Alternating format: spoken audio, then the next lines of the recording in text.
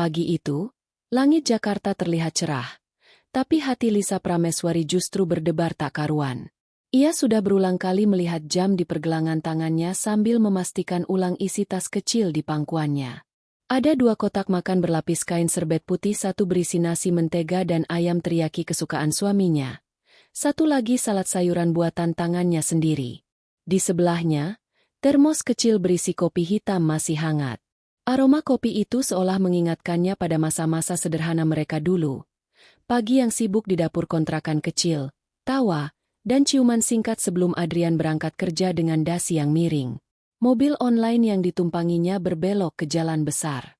Di ujung jalan berdiri gedung tinggi dengan kaca-kaca bening berkilau, memantulkan matahari pagi seperti cermin raksasa. Di puncaknya, terpampang tulisan besar Arkana Group. Di bawah tulisan itu, jantung Lisa berdegup lebih kencang. Sudah hampir 2 bulan sejak Adrian resmi diangkat menjadi CEO perusahaan itu. 2 bulan pula sejak ia jarang pulang tepat waktu, lebih sering berkata, ada rapat penting, atau investor luar negeri datang. 2 bulan di mana meja makan mereka sering kosong hanya dengan suara jam dinding sebagai teman Lisa menunggu. Tapi hari ini, Lisa ingin mengubah itu.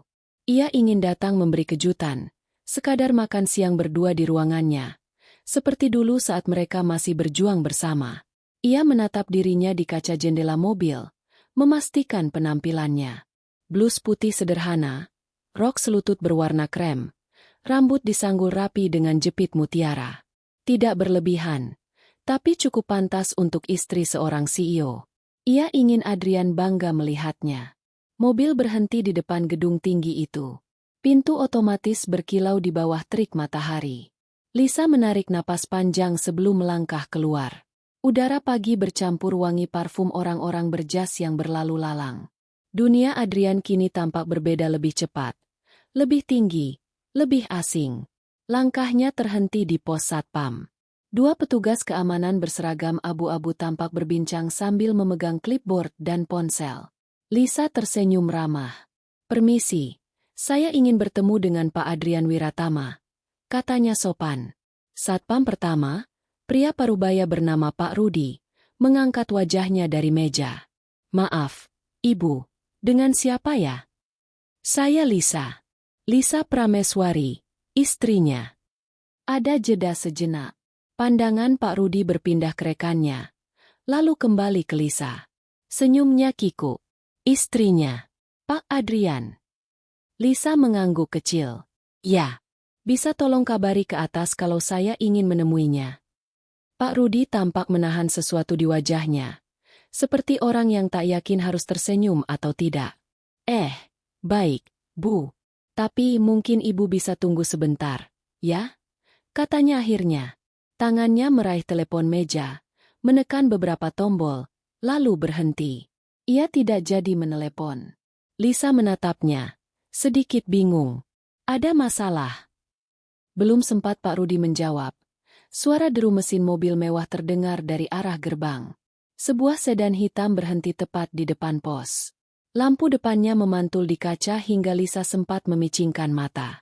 Dari dalamnya, keluar seorang pria tinggi mengenakan jas biru tua, wajahnya tegas. Langkahnya penuh percaya diri.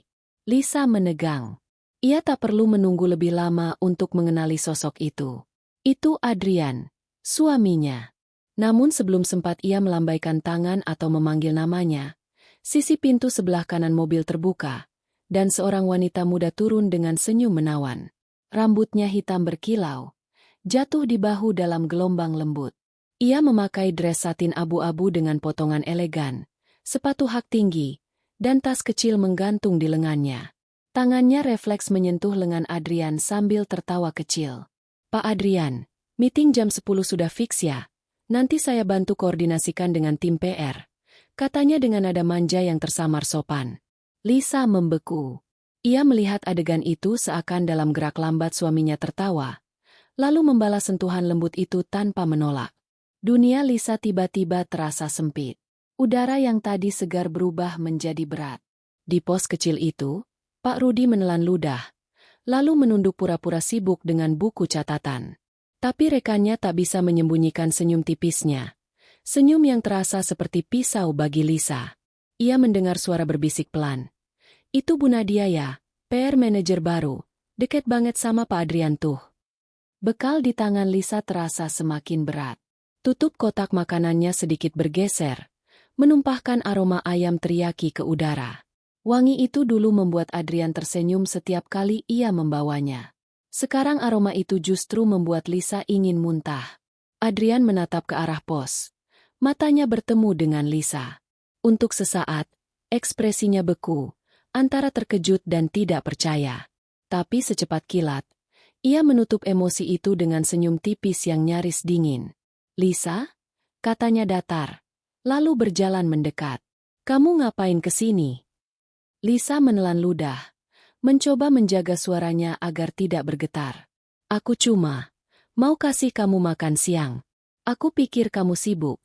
"Jadi," Adrian memotong cepat, "kamu nggak perlu repot-repot ke kantor. Ini tempat kerja, bukan rumah. Kalau butuh sesuatu, bilang aja lewat pesan."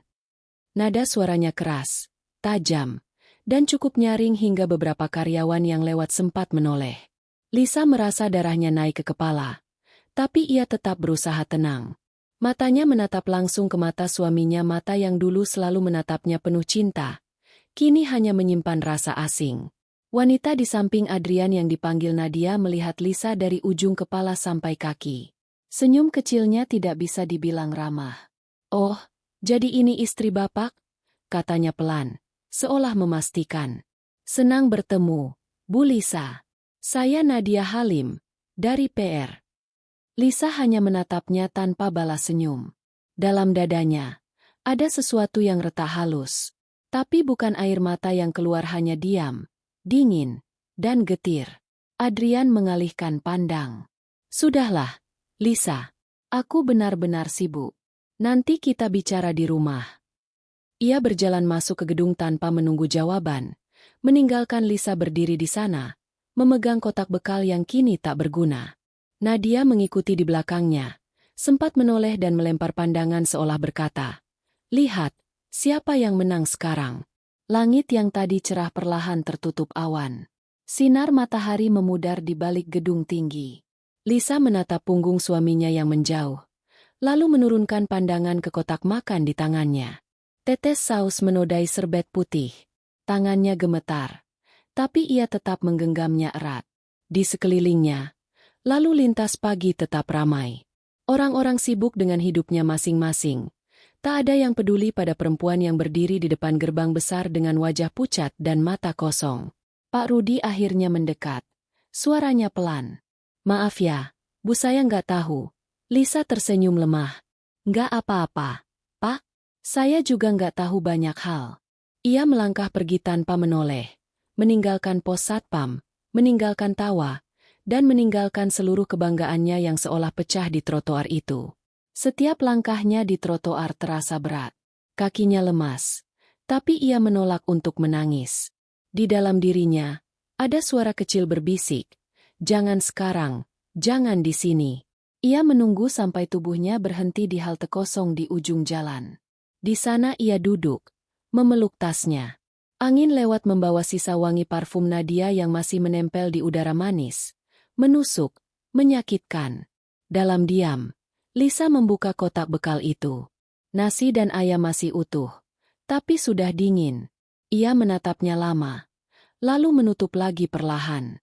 "Kau bahkan tak tahu aku masih mengingat cara membuatnya," gumamnya. Suaranya serak, lebih mirip bisikan untuk diri sendiri. Ia memandangi gedung Arkana dari kejauhan. Di lantai paling atas, mungkin Adrian sedang duduk di balik meja besar, berbicara dengan nada profesional, sementara wanita itu ada di dekatnya, membantu atau mungkin hanya menatapnya dengan senyum yang sama seperti tadi. Dan Lisa? Ia hanya titik kecil di luar sana, istri yang tiba-tiba terasa seperti bagian masa lalu yang tak lagi relevan. Namun di balik kesedihan yang menyesakkan itu, perlahan muncul sesuatu yang lain, sesuatu yang tajam, halus, dan berbahaya. Rasa harga diri yang terinjak tak membuatnya hancur, melainkan menyalakan bara kecil di dada. Bara yang berkata, "Aku tidak pantas diperlakukan seperti ini." Ia menghapus air mata yang akhirnya jatuh juga. Tapi bukan tangis kekalahan, lebih seperti pengakuan bahwa dirinya masih hidup, masih punya kekuatan untuk merasakan sakit. Lisa menatap ke langit yang mulai mendung. Di pikirannya terlintas kenangan masa lalu, saat mereka berdua menulis nama Arkana di atas kertas kecil, ide usaha pertama mereka, saat mereka tak punya uang tapi punya mimpi. Adrian dulu berkata, nama ini harus punya makna besar, Liz. Arkana artinya rahasia. Kita simpan rahasia sukses kita di sini. Kini, Lisa menyadari bahwa rahasia itu sudah berubah dan mungkin rahasianya bukan lagi tentang sukses, tapi tentang pengkhianatan. Ia menarik napas panjang.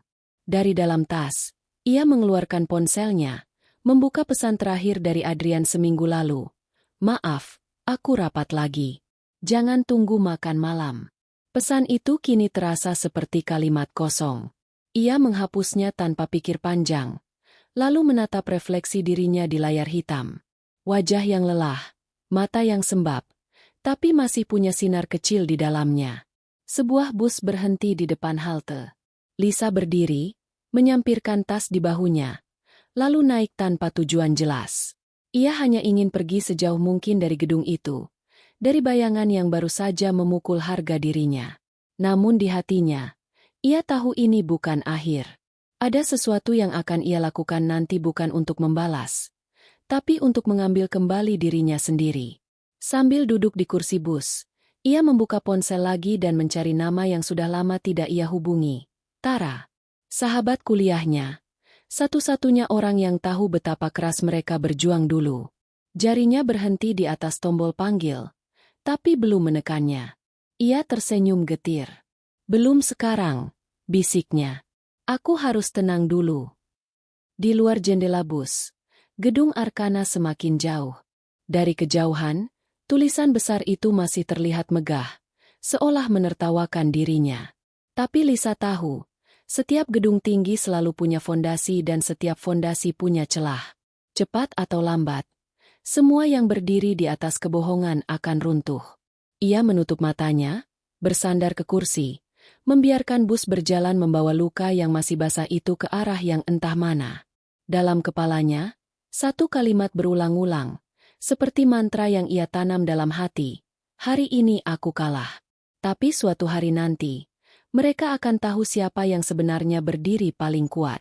Sudah 3 hari berlalu sejak Lisa berdiri di depan gedung Arkana dengan tangan gemetar dan hati hancur. 3 hari tanpa pesan, tanpa panggilan, tanpa kabar dari Adrian. Ia tidak tahu apakah laki-laki itu sadar telah menusuk sesuatu di dalam dirinya yang dulu ia bangun dengan cinta dan kepercayaan. Mungkin sadar, mungkin tidak peduli. Yang jelas, Lisa tahu satu hal, dunia mereka tak lagi sama. Pagi-pagi ia duduk di ruang tamu kecil apartemen mereka, menatap meja makan yang kini terasa lebih luas dari biasanya. Di atasnya hanya ada satu cangkir kopi dan setumpuk dokumen yang baru ia keluarkan dari lemari tua. Dokumen-dokumen itu berdebu, disimpan begitu lama hingga warnanya menguning di tepi. Di antara tumpukan itu, ada satu map merah dengan tulisan tangan Adrian di sudutnya. Proposal Arkana, 2018. Lisa menelusuri huruf-huruf itu dengan ujung jarinya. Ingatannya melayang ke masa ketika mereka masih berdua di ruang kontrakan sempit. Adrian memutar otak mencari investor, sementara Lisa membantu mengetik laporan dan menyusun data keuangan. Dulu, mereka tak punya apa-apa selain tekad. Lisa bahkan menjual cincin pemberian ibunya untuk menutup biaya pengajuan pertama perusahaan itu. Semua dilakukan demi mimpi bersama. Dan kini, mimpi itu berubah jadi jurang yang memisahkan mereka. Ia membuka map itu perlahan. Di dalamnya, ada lembar-lembar perjanjian lama, nama-nama investor awal, daftar pemegang saham kecil, dan satu lembar surat yang membuat jantung Lisa berdetak lebih cepat. Di atas kertas itu tercetak jelas, sertifikat kepemilikan saham minoritas, Lisa Prameswari 5%.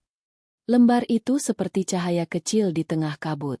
Ia membaca ulang, memastikan tidak salah. Tertulis jelas, disahkan oleh notaris, ditandatangani oleh Adrian sendiri. 5% memang kecil untuk ukuran perusahaan sebesar Arkana sekarang, Tapi cukup untuk memberi suara dalam rapat besar. Cukup untuk masuk ke ruang yang sama dengan orang-orang yang dulu membuatnya berdiri di luar pagar. Lisa bersandar ke kursi, menatap lembar itu lama. Ada rasa getir yang menyelinap di dada. 5% bukan hanya angka itu bukti bahwa dulu ia pernah punya tempat dalam fondasi perusahaan itu. Bahwa Arkana berdiri bukan hanya dari keringat Adrian, tapi juga dari pengorbanannya. Dan kalau sekarang Adrian bisa melupakannya, maka Lisa akan mengingatkan. Bukan dengan teriakan, bukan dengan air mata, tapi dengan cara yang lebih halus, lebih kuat. Pagi itu, untuk pertama kalinya setelah kejadian di depan kantor, Lisa mengenakan pakaian yang berbeda dari biasanya. Bukan blus lembut atau rok pastel, tapi kemeja hitam dan celana panjang yang rapi. Ia menatap wajahnya di cermin pucat, tapi tegas. Ada sesuatu di matanya yang baru, semacam ketenangan yang tajam. Luka yang tidak ia sembunyikan, tapi juga tidak ia biarkan menguasai. Ia menyalakan ponsel dan menatap daftar kontaknya. Jarinya berhenti di satu nama, Tara. Lama ia menatap sebelum akhirnya menekan panggil. Suara di seberang sana cerah seperti biasa. Lisa? Ya Tuhan, akhirnya kamu nelpon juga. Aku udah khawatir banget. Kamu kemana aja sih? Lisa tersenyum samar. Aku cuma butuh waktu sendiri, Tar. Waktu sendiri? Kamu kedengeran beda. Kamu nggak apa-apa. Belum, jawab Lisa jujur. Tapi aku bakal baik-baik aja. Tara terdiam sejenak, lalu berkata pelan. Ini tentang Adrian, ya? Lisa tak menjawab, tapi diamnya sudah cukup sebagai jawaban. Tara mendesah pelan di seberang, lalu berkata, kamu mau aku datang? Belum perlu, kata Lisa. Tapi aku butuh bantuannya nanti. Kamu masih kenal Bu Ratna, sekretaris lamanya Adrian, kan? Tara terdengar berpikir. Masih. Aku sempat ketemu dia di acara alumni tahun lalu. Kenapa? Lisa menatap lembar saham itu lagi. Aku cuma butuh tahu beberapa hal tentang perusahaan itu. Tentang apa yang terjadi setelah Adrian jadi CEO. Lisa, suara Tara menurun hati-hati. Kamu yakin mau masuk ke situ lagi? Lisa menutup matanya sebentar. Aku yakin. Aku nggak mau lagi jadi orang yang cuma berdiri di depan gerbang. Setelah menutup telepon, Lisa menatap jam di dinding. Hari masih pagi, tapi pikirannya sudah melangkah jauh. Ia mulai menulis catatan kecil nama-nama yang dulu ia kenal di Arkana, posisi mereka sekarang, dan segala hal yang bisa ia ingat tentang cara kerja perusahaan itu. Setiap tulisan terasa seperti potongan puzzle yang perlahan membentuk gambar besar. Hari berganti, dan Lisa mulai menyusun ulang dirinya sedikit demi sedikit. Ia pergi ke tempat fotokopi untuk menyalin dokumen, ke kantor notaris untuk menanyakan validitas surat kepemilikan saham, dan ke perpustakaan untuk membaca ulang catatan tentang struktur kepemilikan perusahaan besar. Semua dilakukan dengan tenang, tanpa terburu-buru. Ia tahu langkahnya kecil, tapi pasti. Di sore hari ketiga, Tara datang membawa 2 gelas kopi dan wajah cemas. Kamu nggak tidur, Liz? Lihat tuh mata kamu. Lisa tersenyum, menyambut sahabatnya di ruang tamu. Aku tidur, kok. Cuma pikiran aja yang belum berhenti. Tara menatap meja penuh kertas dan catatan. Kamu serius banget. Ini mau kamu apain semua? Lisa menatapnya dengan tenang. Aku mau ambil kembali yang seharusnya punyaku. Aku nggak mau ngemis cinta dari Adrian. Tar. Aku cuma mau dia tahu aku bukan perempuan yang bisa dihapus dari ceritanya. Tara terdiam, menatap Lisa seolah melihat orang yang berbeda. Kamu berubah, katanya akhirnya. Bukan berubah, jawab Lisa pelan. Cuma berhenti jadi orang yang diam. Beberapa hari kemudian, Tara membantu Lisa mengatur pertemuan dengan Bu Ratna. Mereka bertemu di sebuah kafe kecil dekat kantor Arkana. Bu Ratna datang dengan tampilan sederhana, tapi matanya tajam. Ia sudah bekerja di perusahaan itu lebih dari 10 tahun. Dan tahu hampir setiap cerita di balik dinding-dinding kaca Arkana. Lisa, katanya pelan begitu duduk. Aku kaget kamu mau ketemu. Aku kira kamu nggak akan pernah muncul lagi setelah yang terjadi. Lisa tersenyum tenang. Aku juga nggak nyangka akan datang ke sini, Bu. Tapi sepertinya sudah waktunya. Bu Ratna menatapnya lama, lalu menghela napas. Aku tahu semua yang kamu lihat hari itu. Banyak orang tahu, tapi nggak ada yang berani ngomong. Sejak Adrian naik jadi CEO, suasana kantor berubah. Orang-orang sibuk cari muka, dan perempuan itu Nadia jadi pusat perhatian. Lisa mendengarkan tanpa ekspresi, hanya sesekali menatap keluar jendela. Setiap kata Bu Ratna menambah beban di dadanya, tapi juga memperjelas arah yang akan ia ambil. Aku cuma mau tahu satu hal, Bu, katanya tenang. Adrian masih pegang semua keputusan besar perusahaan. Masih, jawab Bu Ratna. Tapi beberapa investor mulai gelisah. Katanya, dia terlalu percaya sama tim barunya, terutama Nadia. Banyak kebijakan baru yang gak jelas dasarnya. Lisa menatap cangkir kopinya yang hampir dingin. Berarti dia main api di dalam perusahaannya sendiri. Bu Ratna mengangguk. Dan kalau api itu keburu membesar, bisa-bisa Arkana terbakar. Tapi aku nggak ngerti. Liz, kenapa kamu nanya semua ini? Kamu masih ingin bantu dia? Lisa tersenyum tipis. Bukan. Aku cuma mau tahu seberapa dalam dia menggali lubangnya sendiri. Ada keheningan panjang.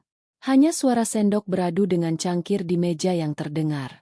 Bu Ratna menatap Lisa lama, seolah ingin membaca sesuatu di balik wajah tenang itu. Lalu perlahan ia berkata, kalau kamu butuh data atau laporan apapun, aku bisa bantu. Aku masih punya akses ke beberapa dokumen lama. Tapi hati-hati, Liz. Dunia mereka sekarang kejam. Lisa mengangguk. Aku sudah pernah terluka. Jadi aku nggak takut lagi. Malam itu, Lisa kembali ke apartemen dengan flash disk kecil berisi data dari Bu Ratna. Ia menyalakan laptopnya, membuka file demi file, membaca laporan keuangan yang tidak seimbang, daftar proyek fiktif, dan transaksi yang mencurigakan atas nama divisi PR. Nama Nadia muncul di beberapa laporan dengan catatan yang samar. Lisa menarik napas panjang. Semuanya mulai terhubung. Perusahaan yang dulu mereka bangun bersama kini mulai keropos dari dalam. Dan orang yang duduk di puncaknya suaminya sendiri tidak menyadari bahwa langkahnya makin dekat ke jurang. Ia menatap layar laptop lama-lama, lalu tersenyum tipis. Kau ingin dunia besar, Adrian, bisiknya.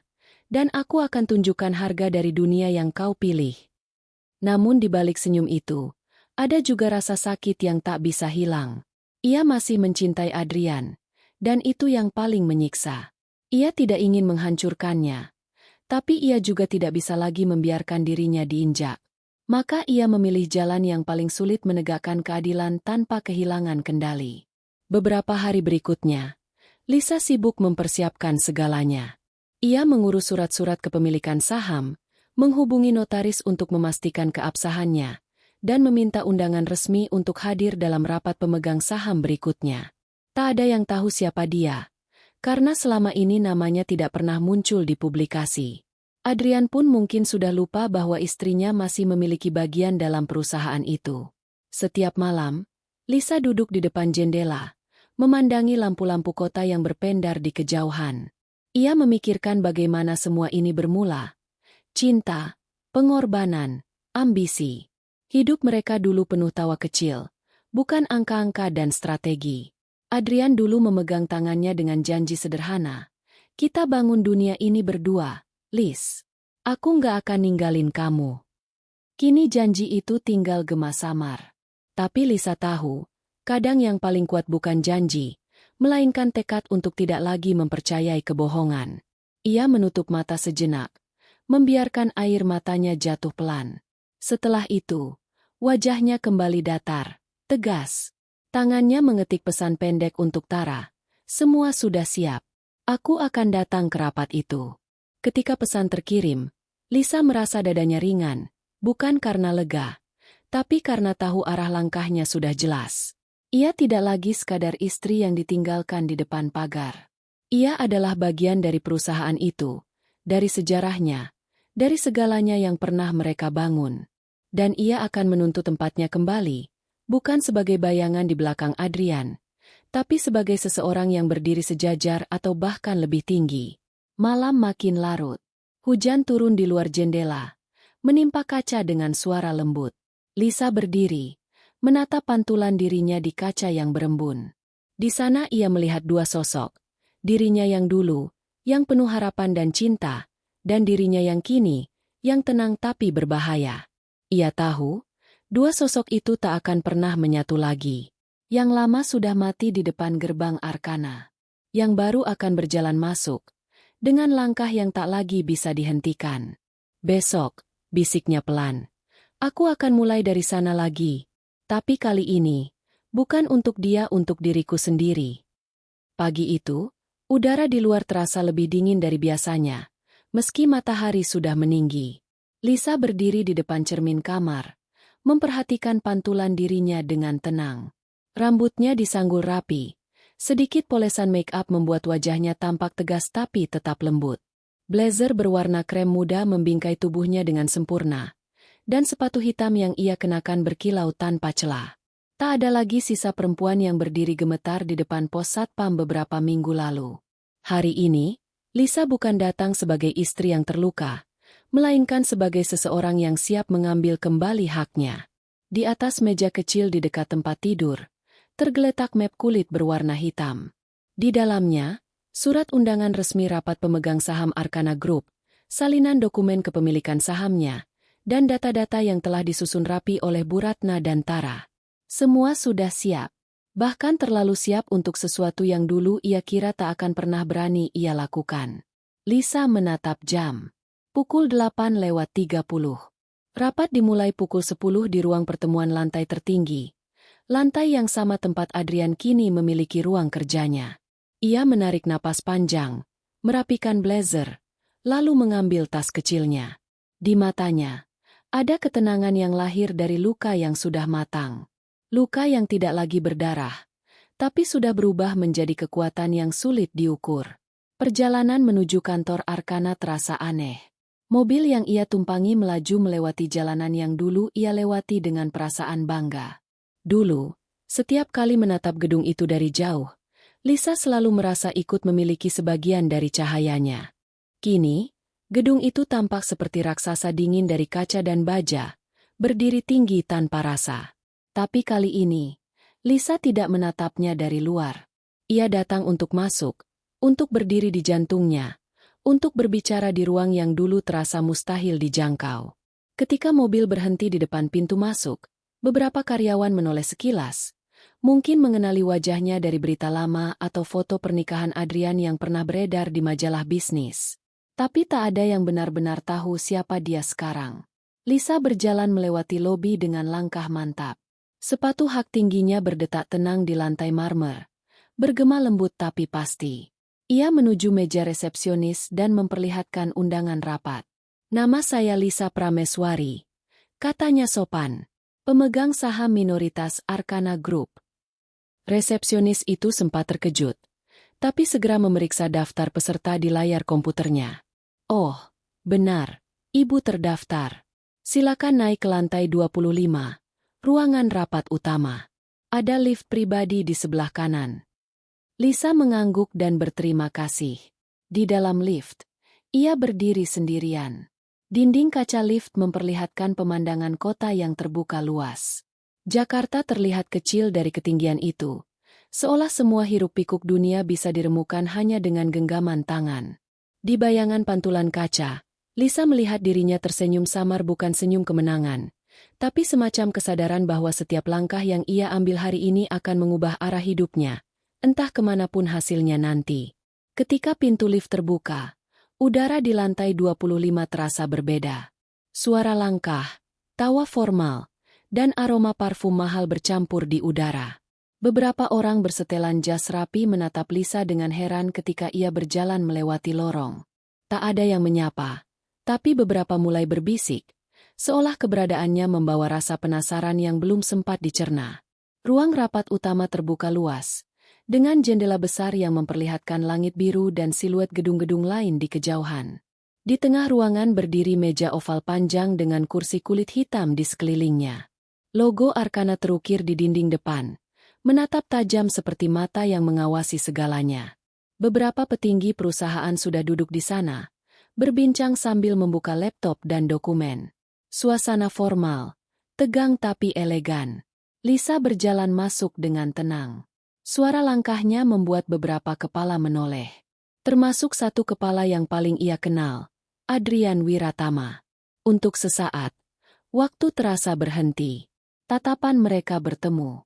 Di mata Adrian, terlihat keterkejutan yang jelas, seperti seseorang yang baru melihat hantu dari masa lalu. Ia menatap Lisa dari ujung kepala hingga kaki, mencoba membaca alasan kehadirannya. Tapi Lisa tidak memberinya kesempatan untuk bicara. Ia hanya tersenyum sopan, lalu mengambil tempat duduk yang sudah disiapkan sesuai namanya di daftar sebuah kursi di sisi kanan meja, dengan nama Lisa Prameswari pemegang saham 5% tertera di depan. Beberapa orang di sekitar tampak berbisik pelan, tapi tak ada yang berani bertanya langsung. Suasana menjadi sedikit kaku. Moderator rapat memulai acara dengan suara resmi, membacakan agenda hari itu, laporan keuangan triwulan, rencana ekspansi baru, dan evaluasi kebijakan internal. Semua berjalan normal pada awalnya, dengan angka-angka dan istilah bisnis yang meluncur tanpa henti. Lisa mendengarkan dengan tenang, mencatat beberapa poin penting di buku kecilnya. Namun semakin lama, wajah-wajah di sekitar mulai berubah. Beberapa investor terlihat tidak puas, terutama ketika laporan tentang divisi PR dan proyek promosi baru dibahas. Angka-angka tidak seimbang. Ada pengeluaran besar yang tidak bisa dijelaskan dengan detail. Proyek-proyek yang belum jelas hasilnya tapi sudah menghabiskan dana besar. Nama Nadia Halim muncul beberapa kali sebagai penanggung jawab utama. Adrian mencoba menjaga nada suaranya tetap tenang, menjelaskan setiap poin dengan bahasa profesional. Namun Lisa tahu setiap kalimatnya adalah selimut halus yang menutupi sesuatu. Ia pernah melihat cara Adrian berbicara seperti itu dulu ketika mereka masih berdua, saat ia berusaha menenangkan Lisa agar percaya pada setiap keputusan yang diambilnya. Tapi kali ini, Lisa tidak lagi percaya. Ia tahu lebih banyak dari yang Adrian bayangkan. Ketika moderator membuka sesi pertanyaan dan saran, Lisa mengangkat tangannya dengan lembut. Semua mata tertuju padanya. Adrian menatap dengan ekspresi yang sulit diterjemahkan, antara canggung dan waspada. Ia pasti tidak menyangka bahwa perempuan yang ia anggap sudah hilang kini duduk sejajar dengannya dalam rapat resmi. Lisa membuka mapnya perlahan, mengeluarkan beberapa lembar dokumen. Suaranya tenang, nyaris tanpa getaran. Saya ingin menanyakan laporan pengeluaran untuk proyek Brand Reinforcement Campaign yang dilaksanakan oleh divisi PR bulan lalu. Di laporan, tercatat penggunaan dana hampir 10 miliar rupiah. Tapi tidak ada rincian vendor yang jelas. Juga tidak ada bukti hasil kerja yang sesuai. Apakah saya boleh tahu siapa yang mengesahkan laporan itu? Suara Lisa tidak keras, tapi cukup untuk membuat ruangan yang tadinya penuh ketikan laptop mendadak senyap. Semua orang saling pandang. Adrian menelan ludah pelan sebelum menjawab. Itu tanggung jawab tim PR di bawah supervisi saya. Semua sudah sesuai prosedur. Lisa menatapnya tajam, tapi tetap sopan. Sesuai prosedur?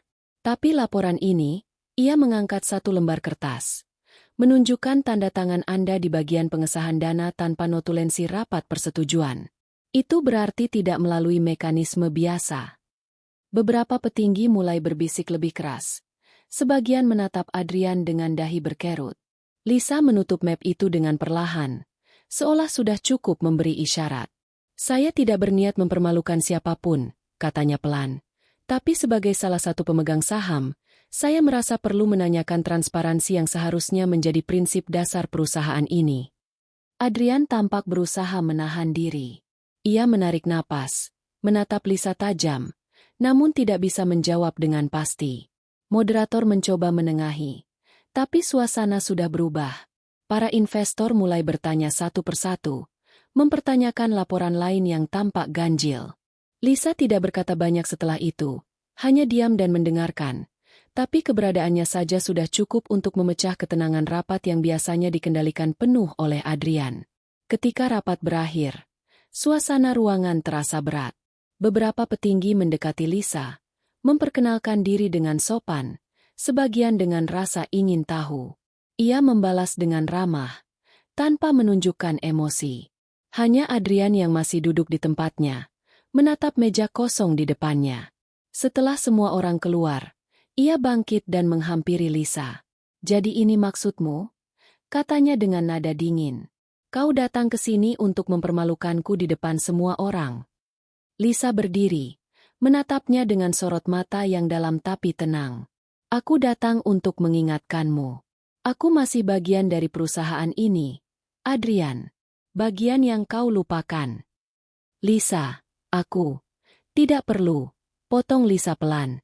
"Kau tidak perlu menjelaskan apapun padaku. Aku bukan istrimu yang menunggu di rumah lagi. Aku pemegang saham, dan aku punya hak untuk tahu apa yang terjadi dengan perusahaan ini." Nada suaranya begitu datar, tapi justru itulah yang membuat Adrian kehilangan kata-kata. Ia menatap wajah perempuan yang dulu selalu ia kendalikan dengan ucapan lembut, dan kini berdiri di depannya seperti batu yang tak bisa digeser. Sesaat, ia terlihat menyesal, tapi ego di matanya masih lebih kuat dari rasa bersalah. Lisa menatap jam tangannya lalu berkata tenang, "Aku harus pergi. Masih banyak hal yang harus aku urus." Ia berjalan melewati Adrian tanpa menoleh lagi. Suara langkahnya kembali menggema di lorong panjang itu. Sama seperti ketika ia masuk tadi, tenang, tapi tak terbendung. Ketika lift menutup di belakangnya, Lisa menatap bayangan dirinya di dinding logam mengilap. Ia tak tersenyum, tak menangis. Tapi di dalam dirinya, ada kelegaan yang perlahan tumbuh. Bukan karena ia berhasil membuat Adrian terpojok, tapi karena untuk pertama kalinya dalam waktu yang lama, ia berdiri tegak di tempat yang dulu membuatnya runtuh. Ia tidak lagi menjadi tamu di dunia suaminya. Ia adalah bagian darinya, dan kini dunia itu harus mengakuinya. Di luar gedung, angin berembus lembut, membawa aroma hujan dari kejauhan. Lisa berjalan perlahan menuju tepi jalan. Mobil-mobil lalu lalang di depannya. Suara klakson bersahutan, tapi semua terasa jauh. Dalam kepalanya, semua kenangan berputar cepat. Hari pertama mereka menandatangani kontrak, malam-malam lembur di meja makan, tawa kecil yang kini tinggal bayangan. Ia tidak bisa menghapus masa lalu, tapi ia juga tidak akan membiarkannya menguasai masa depan. Ketika ia naik ke mobil yang menunggunya, ponselnya bergetar. Pesan dari Tara muncul di layar. Kabar dari dalam kantor langsung rame. "Kamu luar biasa, Liz. Tapi kamu baik-baik aja kan?" Lisa membaca pesan itu lama, lalu membalas singkat, "Aku baik. Hari ini bukan akhir, Tar. Baru awal." Mobil melaju menjauh, melewati gerbang besar dengan tulisan Arkana Group yang berkilau di terpa matahari. Dulu tulisan itu terasa seperti simbol impian, lalu menjadi lambang luka. Tapi sekarang, bagi Lisa, itu hanya satu nama dan nama itu tak lagi punya kuasa untuk membuatnya kecil. Di kursinya, Lisa menatap keluar jendela. Dalam refleksi kaca mobil, ia melihat matanya sendiri, tenang, matang, dan penuh arah. Ia tahu, setelah hari ini, banyak hal akan berubah. Adrian mungkin akan berusaha mempertahankan posisinya. Mungkin juga akan mencoba bicara lagi padanya. Tapi apapun yang terjadi, Lisa tidak akan pernah kembali ke titik yang sama. Ia sudah melangkah terlalu jauh untuk menoleh ke belakang. Matahari mulai condong ke barat. Jalanan penuh cahaya jingga, dan langit terasa luas sekali. Di dalam hatinya, untuk pertama kali setelah sekian lama, Lisa merasa benar-benar bebas.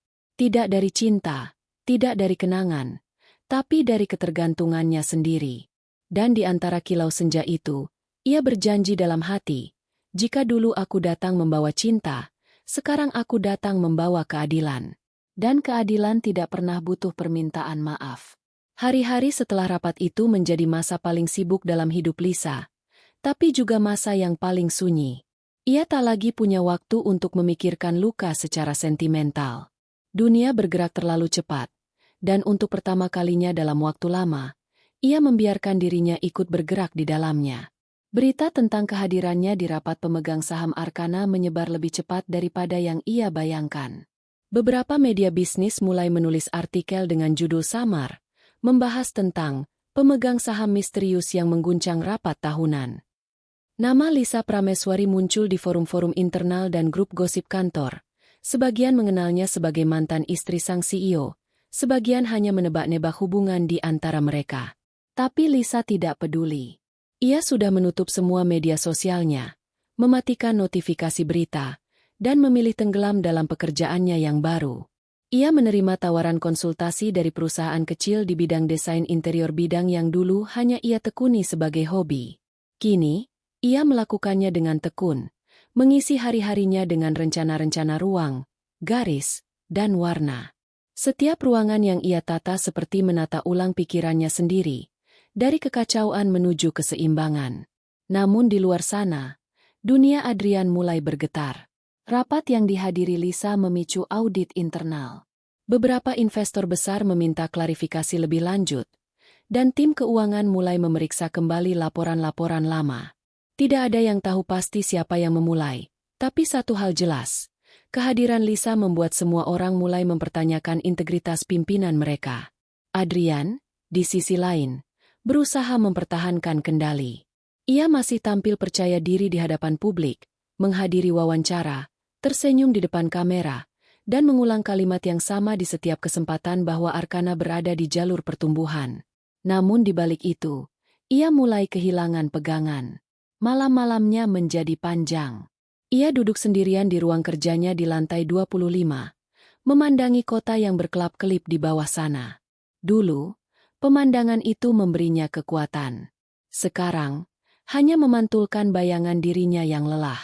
Di meja kerjanya, laporan-laporan menumpuk bersama surat-surat teguran dari Dewan Pengawas. Dan di dalam ponselnya, pesan dari Nadia datang bertubi-tubi, sebagian berisi keluhan, sebagian kecemasan, sebagian lain terdengar seperti permintaan tolong yang tersamar. Nadia mulai merasa terancam. Setelah Lisa muncul, perhatian media beralih pada semua divisi yang dipimpin olehnya. Proyek-proyek yang dulu tampak seperti keberhasilan kini diperiksa ulang. Beberapa tanda tangan Adrian di bawah proposal-proposal yang dibuat Nadia menjadi bahan pertanyaan utama. Satu malam, Adrian memanggilnya ke kantor. Mereka bicara lama di ruang tertutup. Suara mereka meninggi lalu merendah, seperti dua orang yang sama-sama takut tenggelam tapi enggan saling menolong. Di luar ruangan, karyawan yang lembur bisa mendengar samar nada marah Adrian yang tak pernah mereka dengar sebelumnya. Keesokan paginya, Nadia tidak datang ke kantor. Seminggu kemudian, posisinya digantikan sementara oleh orang lain. Berita itu sampai ke telinga Lisa lewat Tara, yang masih punya beberapa kenalan di dalam Arkana. Tapi Lisa hanya mendengarkan dengan tenang, tanpa menunjukkan reaksi apapun. Ia tidak pernah menginginkan kehancuran seseorang. Ia hanya ingin kebenaran berjalan sebagaimana mestinya. Namun terkadang, kebenaran datang dengan harga yang tak bisa dipilih. Di luar pekerjaannya, Lisa mulai membangun rutinitas kecil. Setiap pagi ia berjalan kaki di taman dekat apartemennya, menyapa penjaga yang sama setiap hari, lalu duduk di bangku batu di bawah pohon flamboyan. Di sana ia membaca buku atau sekadar memandangi langit. Ada sesuatu yang berubah dalam dirinya.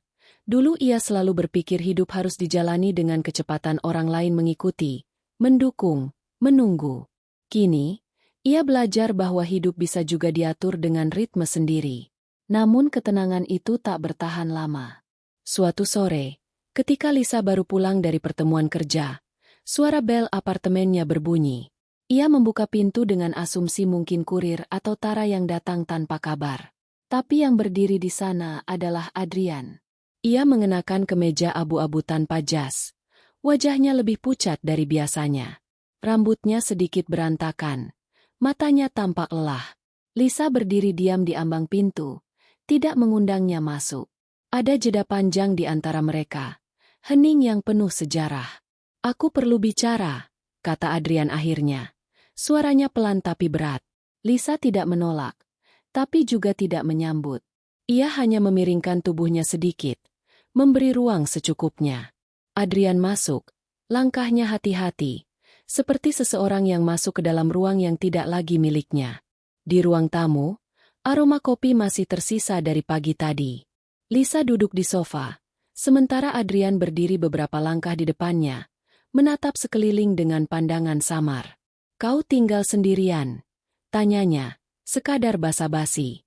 Lisa tidak menjawab pertanyaan itu. Ia hanya berkata, "Katakan saja apa yang ingin kau sampaikan."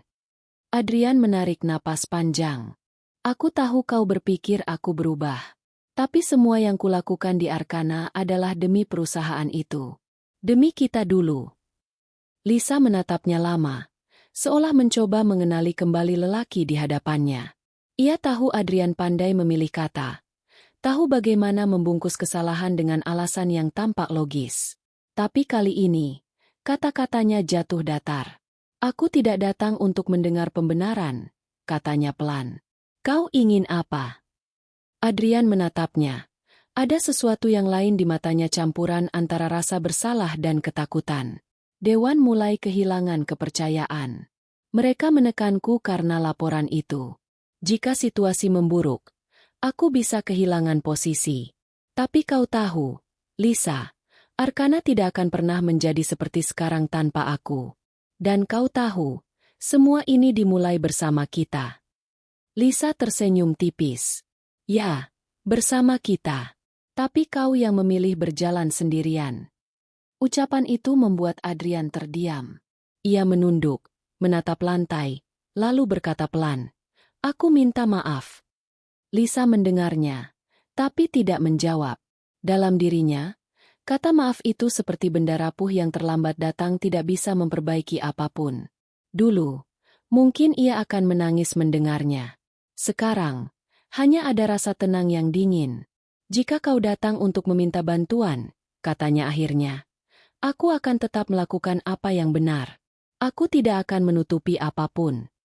Adrian menatapnya, seolah masih berharap ada sedikit belas kasih tersisa. Tapi Lisa hanya menatap balik dengan mata yang jernih. "Aku tidak akan menjatuhkanmu," lanjutnya. "Tapi aku juga tidak akan menyelamatkanmu dari akibat perbuatanmu sendiri." Kata-kata itu menghantam lebih keras daripada teriakan. Adrian memejamkan mata sejenak, lalu berbalik menuju pintu. "Kau sudah berubah," katanya sebelum pergi. Lisa menatap punggungnya menjauh tanpa berkata apa-apa. Ia ingin menjawab, "Tidak, aku hanya akhirnya menjadi diriku sendiri." Tapi ia tidak perlu mengatakannya. Ia tahu Adrian sudah melihatnya dari caranya berdiri, dari cara ia tidak lagi goyah di hadapannya. Setelah pintu tertutup, Lisa duduk kembali di sofa. Tangannya bergetar sedikit, bukan karena emosi, tapi karena napas panjang yang ia tahan terlalu lama. Di luar, hujan mulai turun perlahan, membasahi kaca jendela. Ia memandangi titik-titik air yang turun, berusaha menenangkan pikirannya. Di kejauhan, kilat menyambar samar. Kota di bawah sana tampak berpendar di antara hujan, seperti lukisan yang bergerak pelan. Lisa tahu, setelah malam ini, segalanya akan benar-benar bergeser. Adrian akan berjuang mempertahankan tahtanya. Tapi dunia bisnis tidak pernah punya tempat bagi orang yang goyah. Dan benar saja, beberapa minggu kemudian, berita besar muncul. Adrian Wiratama mengundurkan diri dari jabatannya sebagai CEO Arkana Group. Alasan resmi yang ditulis di media adalah kesehatan dan fokus pada keluarga. Tapi semua orang tahu kebenarannya lebih rumit dari itu. Lisa membaca berita itu di pagi hari, saat sedang menyiapkan teh. Ia menatap layar ponselnya lama, lalu meletakkannya tanpa ekspresi. Tidak ada perasaan puas, tidak ada dendam yang terbayar. Hanya rasa hampa yang ganjil seperti bab panjang yang akhirnya selesai, tapi meninggalkan ruang kosong yang tidak bisa diisi apapun. Hari-hari berikutnya berjalan seperti biasa. Ia kembali bekerja, menulis, merancang, menata ruang. Tapi sesekali, ketika sore datang dan cahaya jingga menerobos jendela, pikirannya masih terbang ke masa-masa lama. Tawa mereka di meja makan, malam-malam lembur di ruang tamu kecil, janji-janji sederhana yang dulu terasa abadi. Ia tidak membencinya, tidak juga mencintainya. Ia hanya belajar menerima bahwa beberapa hal memang harus berakhir agar yang lain bisa dimulai. Suatu sore, ia kembali ke taman tempat ia biasa duduk. Di sana, daun flamboyan berguguran seperti serpihan merah kecil di tanah basah. Seorang anak kecil berlari melewati bangku tempatnya duduk, tertawa lepas, sementara ibunya mengejar dengan senyum. Lisa memperhatikan mereka lama, lalu menutup matanya. Ia berpikir tentang segala hal yang telah hilang, dan segala hal yang kini ia miliki. Tentang luka yang membentuknya menjadi lebih kuat, dan tentang keberanian yang tidak datang dari kebencian, melainkan dari penerimaan. Saat angin sore berembus lembut, Lisa tersenyum kecil. Di dalam dirinya, ada sesuatu yang akhirnya tenang. Mungkin benar, dunia tidak selalu memberi keadilan. Tapi jika seseorang berani berdiri di hadapan ketidakadilan tanpa kehilangan dirinya sendiri, maka itu sudah cukup menjadi bentuk kemenangan. Di kejauhan, langit mulai berubah warna, dari jingga menjadi biru gelap. Lampu-lampu kota menyala satu persatu, seperti bintang yang lahir di bawah sana. Lisa berdiri, menatap langit sebentar, lalu melangkah pergi. Langkahnya ringan, tidak lagi membawa bayangan siapapun. Hari ini, ia bukan lagi istri dari seseorang, bukan juga korban dari kisah siapapun. Hari ini, Lisa Prameswari hanya menjadi dirinya sendiri, dan untuk pertama kalinya, itu terasa lebih dari cukup. Sudah hampir setahun sejak hari di mana nama Adrian Wiratama resmi turun dari kursi tertinggi Arkana Group. Dunia bisnis bergerak seperti biasa, cepat, penuh berita baru, penuh sosok-sosok baru yang bersinar sejenak lalu menghilang lagi. Waktu, seperti biasa, melupakan segalanya dengan mudah. Tapi bagi Lisa, waktu tidak sekadar berlalu. Waktu mengajarinya sesuatu, bahwa diam pun bisa menjadi bentuk keberanian. Ia kini tinggal di sebuah rumah kecil di pinggiran kota, jauh dari pusat hiruk-pikuk yang dulu menjadi bagian hidupnya. Rumah itu tidak besar, tapi setiap sudutnya punya sentuhan yang ia ciptakan sendiri. Di halaman belakang, ada taman mungil dengan bunga kertas dan rumpun lavender yang tumbuh tidak terlalu rapi tapi penuh warna. Setiap pagi, aroma bunga itu bercampur dengan bau tanah basah dan suara burung kecil yang hinggap di pagar. Lisa bekerja dari rumah sekarang. Perusahaan desain interior yang ia dirikan bersama Tara berkembang pelan tapi pasti. Mereka menamai studio itu Aruna Atelier. Nama yang diambil dari kata cahaya pagi, simbol dari awal yang baru. Klien datang dari berbagai tempat, sebagian karena tertarik pada sentuhan desainnya yang lembut dan hangat, sebagian karena cerita yang menyelimuti dirinya diam-diam menjadi legenda kecil di dunia bisnis. Kadang-kadang, seseorang yang baru pertama kali bertemu akan memandang Lisa sedikit lebih lama, seolah ingin memastikan, apakah benar perempuan tenang ini adalah orang yang dulu mengguncang ruang rapat Arkana hanya dengan ketenangan dan keberanian? Tapi Lisa tidak pernah membahas masa lalu. Ia hanya tersenyum dan mengalihkan pembicaraan ke warna cat, tekstur kayu, atau bentuk cahaya alami. Ia telah belajar, masa lalu bukan untuk dihapus, tapi juga bukan untuk diulang. Musim berganti. Pada suatu pagi yang cerah di awal tahun, Tara datang ke rumah dengan membawa 2 cangkir kopi dan tumpukan katalog proyek baru. Mereka duduk di teras, membahas pesanan klien sebuah kafe kecil di Bandung yang ingin direnovasi dengan nuansa klasik. Lisa mendengarkan sambil sesekali menatap taman, memperhatikan daun-daun yang bergerak perlahan tertiup angin. "Kamu tahu, Liz," kata Tara sambil menatapnya. "Setiap kali aku lihat kamu kayak gini, aku selalu mikir dulu kamu bisa sekuat itu karena apa, sih?" Lisa menatapnya sebentar, lalu tersenyum. "Karena tidak ada pilihan lain, Tar. Kadang kekuatan datang bukan dari keberanian, tapi dari keharusan." Tara tertawa kecil, mengangguk. "Tapi sekarang kamu kelihatan lebih damai, lebih ringan." "Damai itu mahal," jawab Lisa pelan, menatap jauh. "Tapi kalau sudah punya, rasanya tidak ingin kehilangan lagi."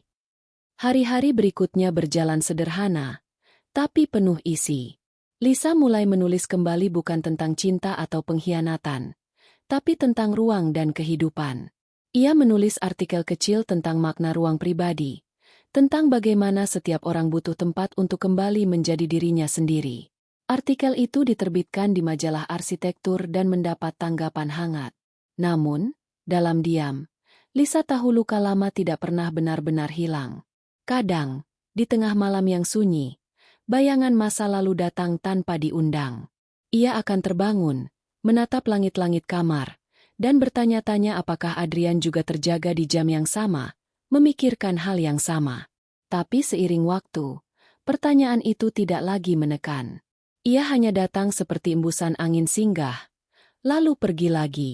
Adrian sendiri, kabarnya, tinggal di luar negeri sekarang. Seorang teman lama memberitahu bahwa ia mendirikan perusahaan baru di Singapura, jauh dari sorotan media. Ia jarang muncul di publik, lebih banyak bekerja di balik layar. Lisa mendengarnya tanpa reaksi. Bagi dirinya, Adrian sudah menjadi bagian dari cerita yang selesai ditulis. Tidak ada amarah, tidak ada nostalgia. Hanya rasa lega bahwa keduanya akhirnya berjalan di jalan masing-masing. Suatu sore di bulan April, Lisa mendapat undangan menghadiri pameran desain di Jakarta. Ia sempat ragu untuk datang bukan karena enggan, tapi karena tahu dunia itu masih berputar di lingkaran yang sama dengan masa lalunya. Namun Tara memaksanya ikut, mengatakan bahwa ia perlu keluar dari zona tenang yang sudah terlalu nyaman. Dan akhirnya, Lisa datang. Pameran itu berlangsung di gedung besar dengan dinding kaca tinggi, mirip dengan gedung Arkana, tapi dengan suasana yang lebih hangat. Lampu-lampu lembut menyoroti karya-karya seni dan desain dari berbagai desainer muda. Musik jazz mengalun pelan di latar. Lisa berjalan perlahan dari satu sudut ke sudut lain, menikmati setiap instalasi dengan tatapan yang tenang. Di tengah kerumunan, ia berpapasan dengan beberapa wajah lama. Beberapa sekadar menyapa sopan, beberapa terlihat kikuk. Tidak ada yang berani membahas masa lalu. Dunia telah berganti musim, dan cerita tentangnya kini hanya seperti kabut tipis yang tinggal samar di ingatan. Namun di antara kerumunan itu, Lisa bertemu dengan seseorang yang tidak ia duga, seorang pria yang dulu bekerja di Arkana, bagian desain produk, bernama Dimas Arga. Ia ingat samar-samar wajahnya. Dulu masih muda dan sering gugup ketika harus presentasi. Tapi sekarang Dimas sudah berubah. Lebih matang, lebih tenang, dengan sorot mata yang hangat. "Bu Lisa?" katanya, sedikit ragu. "Saya nggak yakin tadi, tapi ternyata benar." Lisa tersenyum kecil. "Panggil saya Lisa saja. Sudah lama sekali, ya." Mereka berbicara sebentar, membahas hal-hal ringan tentang dunia kerja, tentang desain, tentang pameran itu sendiri.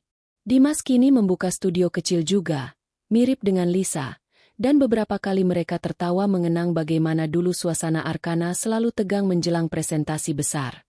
Tidak ada maksud apapun di pertemuan itu, hanya dua orang yang kebetulan pernah berjalan di jalur yang sama, bertemu lagi dalam versi terbaik diri mereka. Namun setelah pertemuan itu, mereka beberapa kali bertukar pesan. Bukan intens, tapi cukup untuk membuat hari-hari Lisa terasa sedikit berbeda. Dimas kadang mengirim foto langit sore atau lukisan kecil yang ia buat, dan Lisa akan membalas dengan gambar taman bunganya yang sedang mekar. Tidak ada janji, tidak ada pengakuan. Tapi di antara percakapan yang sederhana itu, ada sesuatu yang hangat tumbuh perlahan, bukan cinta besar yang membakar, tapi cahaya lembut yang menenangkan. Malam-malam Lisa terasa lebih ringan. Ia tidak lagi memikirkan apa yang telah hilang, tapi apa yang sedang tumbuh. Ia belajar mencintai bukan karena butuh seseorang untuk menyembuhkan, tapi karena ingin berbagi ruang yang sudah utuh di dalam dirinya. Suatu pagi, ia duduk di meja kerja, menatap rancangan interior untuk proyek baru di tepi laut. Warna biru dan putih mendominasi, dengan garis-garis lembut dan ruang terbuka untuk cahaya alami. Desain itu ia beri nama, Titik Tenang. Ia menatap hasil karyanya lama, lalu tersenyum. Entah mengapa, desain itu terasa seperti dirinya sendiri setelah semua badai. Akhirnya menemukan titik tenang di tengah dunia yang terus berputar. Beberapa hari kemudian, Tara datang lagi.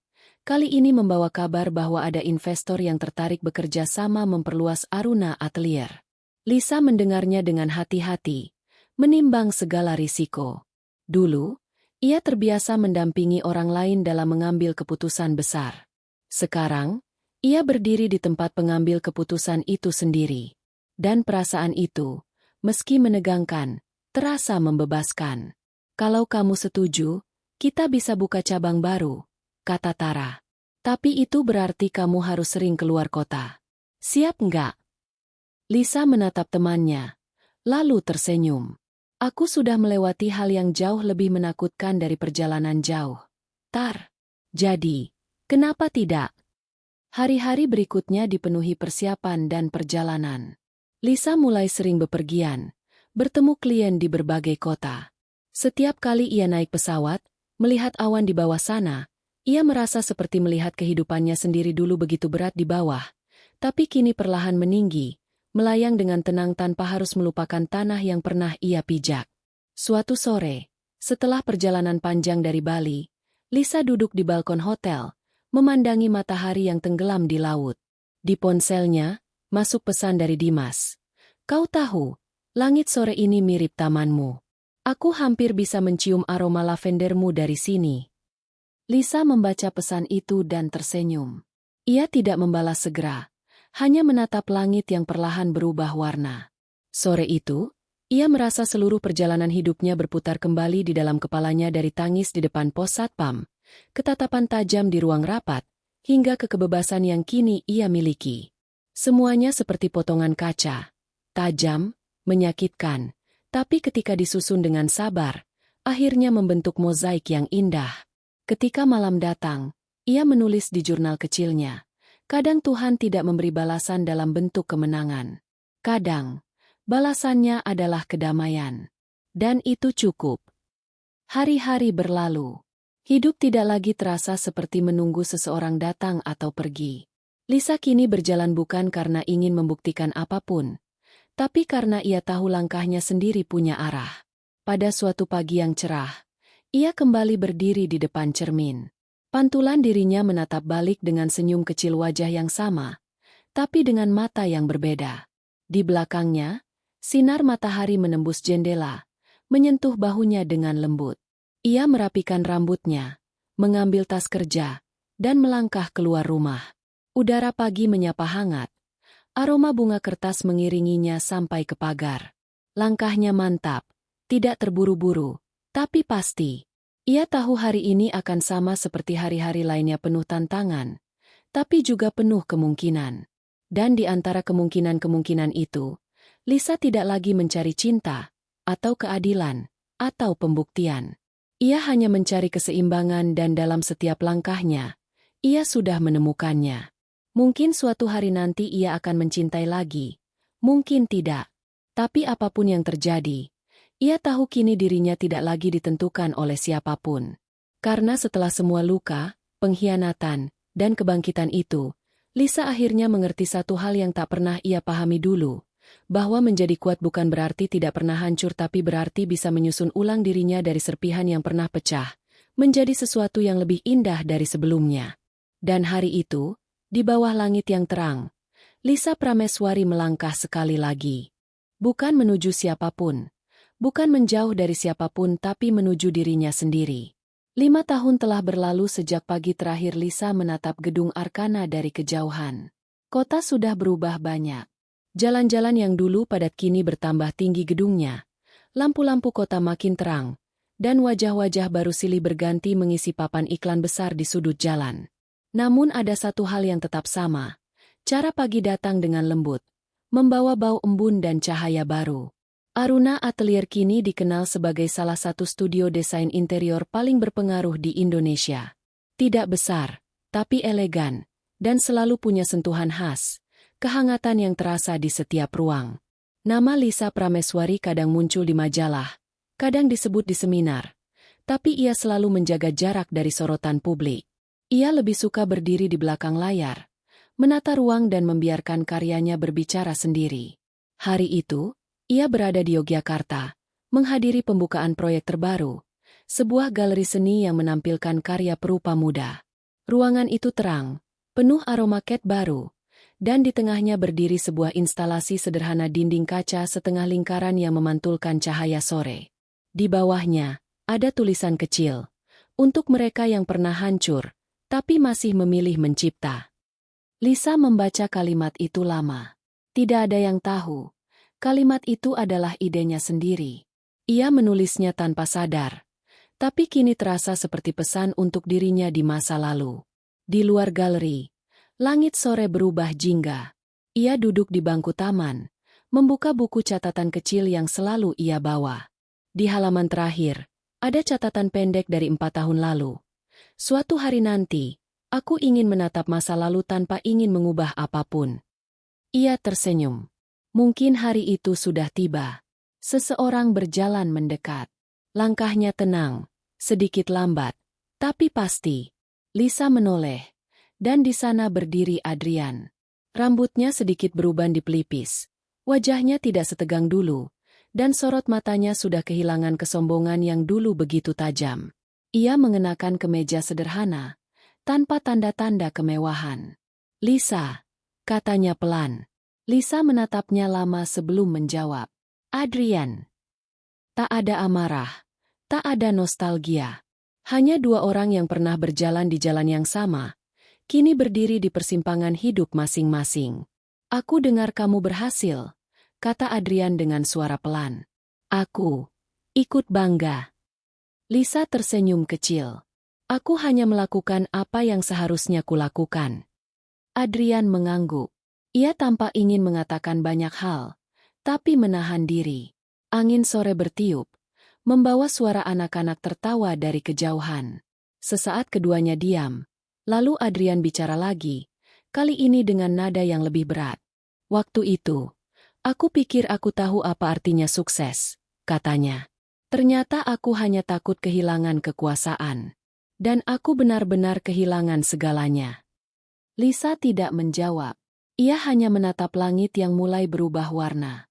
Setelah beberapa saat, ia berkata pelan, "Mungkin memang harus begitu.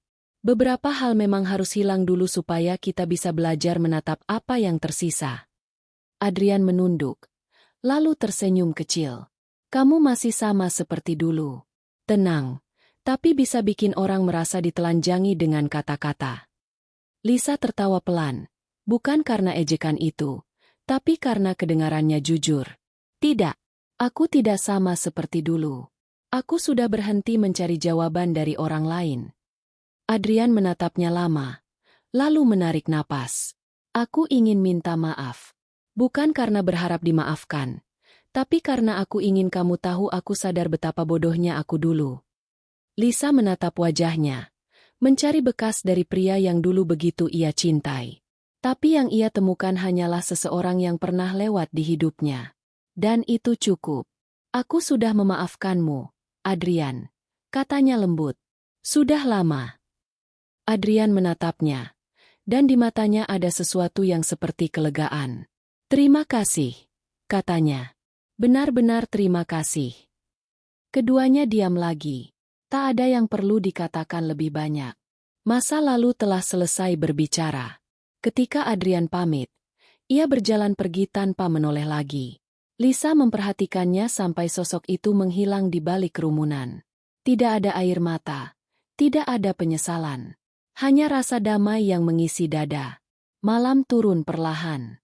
Di langit, bintang pertama mulai muncul, redup tapi nyata. Lisa menutup buku catatannya dan berdiri. Dari kejauhan, Tara melambaikan tangan, memanggilnya untuk bergabung di dalam galeri. Di sebelahnya, Dimas sedang memotret karya seni dengan ekspresi antusias seperti anak kecil yang menemukan mainan baru.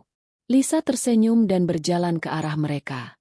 Saat ia melangkah, ia merasa setiap langkahnya ringan bukan karena tidak ada beban, tapi karena ia sudah belajar menaruh beban itu di tempat yang semestinya. Sore berubah malam. Lampu-lampu kota menyala satu persatu, menciptakan cahaya yang lembut di permukaan kaca galeri. Di antara cahaya itu, pantulan wajah Lisa tampak kuat, damai, dan hidup.